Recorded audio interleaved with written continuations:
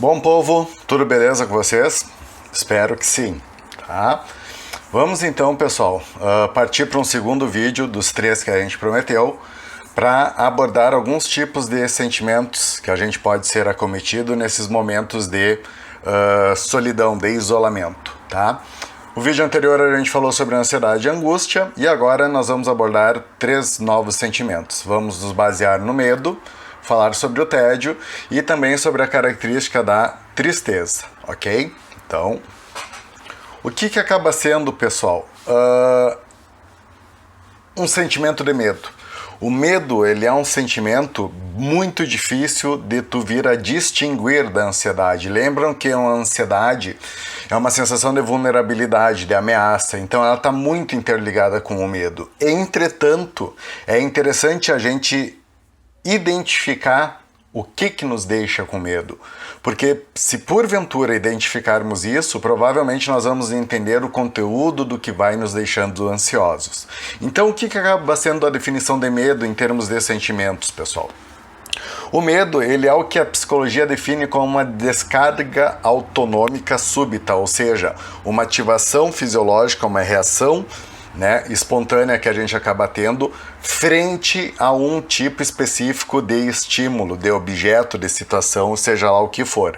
Por isso que ele pode vir a ser mais facilmente fundamentado, mais identificado quanto a isso.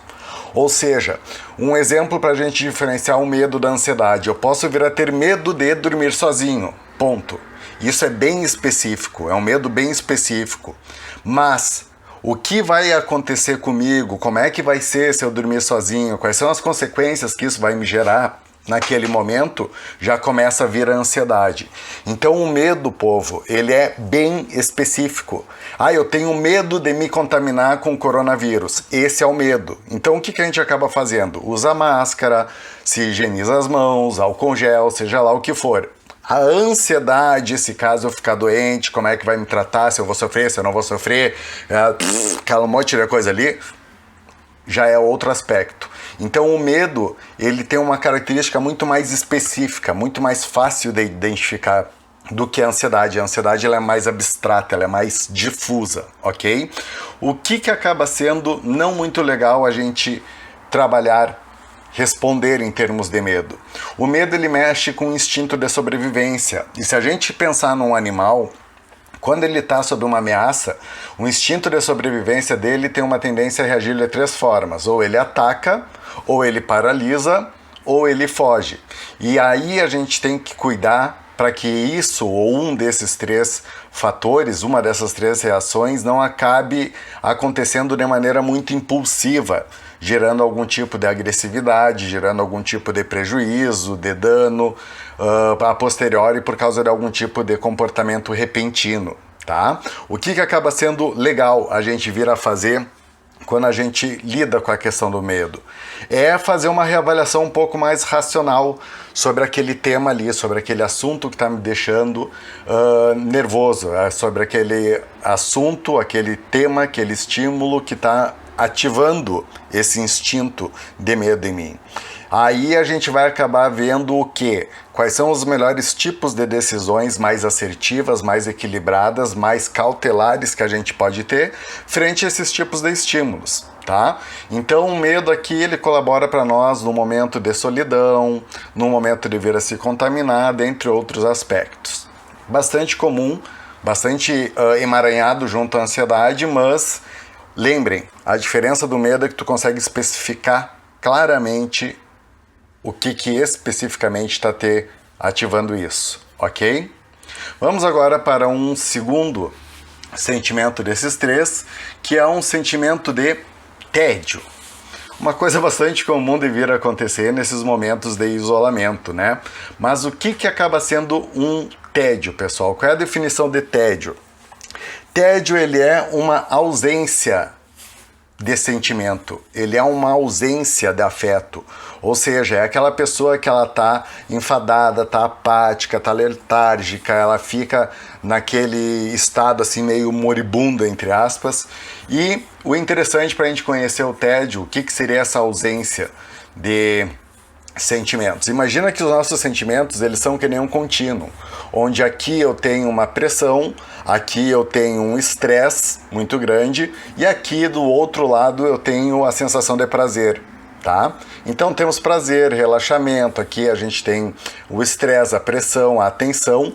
O tédio, ele seria um sentimento exatamente no meio desse contínuo. Ou seja, numa escala que fosse de menos 100 a mais 100, ele seria o zero. Então o tédio, na verdade, ele nada mais é do que nada. Por isso que a gente costuma dizer o que a gente faz, o que a gente não faz em termos de tédio. O que é interessante a gente lembrar em termos de tédio é não confundir com anestesia, né? Uma anestesia, né, é uma incapacidade momentânea que eu estou tendo de sentir algo. E também não confundir com o embotamento, que o embotamento é um mecanismo de defesa, é uma configuração mental que a gente acaba tendo, onde muitas vezes os nossos afetos, eles não são sincronizados, eles não estão congruentes com uma realidade, tá? Tédio não é isso. Tédio é uma pessoa completamente sã e consciente apenas com uma falta de algum sentimento. O que não é legal a gente fazer no tédio, né? Ou seja, não incomoda, não atrapalha, porque geralmente a pessoa entediada, ela começa a resmungar, ela começa a ficar braba, ela começa a incomodar os outros, ela começa a importunar, encher o saco. Então não faz isso, que não é legal, fica na tua, né? E é por isso que a gente tem que cuidar para que esse tédio ele acabe gerando algum tipo de intolerância em nós, que acabe impactando algum grau de humor no nosso ser. O que acaba sendo legal em momentos de tédio da gente vir a fazer, pessoal? Na verdade, no tédio tu não precisa fazer nada.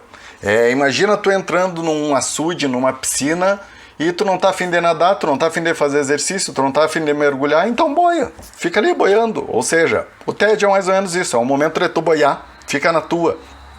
Mas se isso acabar gerando um pouco de intolerância, é bom tu mudar o teu momento, fazer algum tipo de atividade, né, levantar do sofá ou da cama, seja lá onde a gente estiver, fazer alguma coisa que quebre aquele momento de tédio, que envolva muitas vezes características de uma criatividade, ou seja, atividade de criar que a gente acaba tendo, né, alguns tipos de exercícios, alguns tipos de planos, alguns tipos de jogos, tarefas, seja lá o que for, qualquer coisa para quebrar aquela sensação de tédio e gerar algum tipo de estímulo que possa vir a alterar o meu afeto. Ou seja, alterar do nada, do estar sem afeto, para vir a sentir algo. Mas basicamente o tédio ele é um sentimento muito comum, baseado numa falta de sentimento que a pessoa está apresentando, ok? O tédio não tem malefício nenhum nesse aspecto. Muitas vezes o tédio ele é ruim quando a pessoa ela é intolerante a esses momentos de tédio, ok? E, finalizando o nosso terceiro sentimento, nós vamos abordar um sentimento que, particularmente, eu achei ele muito bonito. Não estou dizendo que ele é bom ou que ele é ruim, mas ele é um sentimento onde a expressão dele é muito bonita, que é um sentimento de tristeza, pessoal. O que é uma questão de tristeza, tá?